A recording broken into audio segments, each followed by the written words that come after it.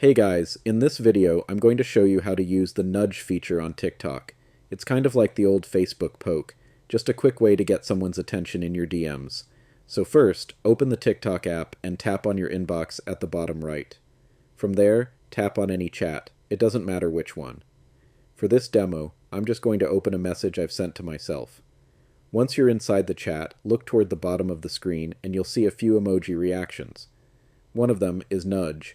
Tap on it, and TikTok will instantly send a little nudge to that person. It's really just a fun, light way to let someone know you're thinking of them, or to get their attention. Kind of like saying, "Hey, I'm here," without actually typing anything. It doesn't trigger a notification beyond the usual message alert, and it doesn't have any deep meaning. It's just playful and casual. You can use this with anyone you're chatting with on TikTok, and it's available in most message threads. Hope this helps. If you found the video useful, make sure to hit like and subscribe.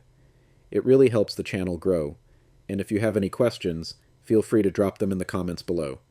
Thanks for watching, and I'll see you in the next one.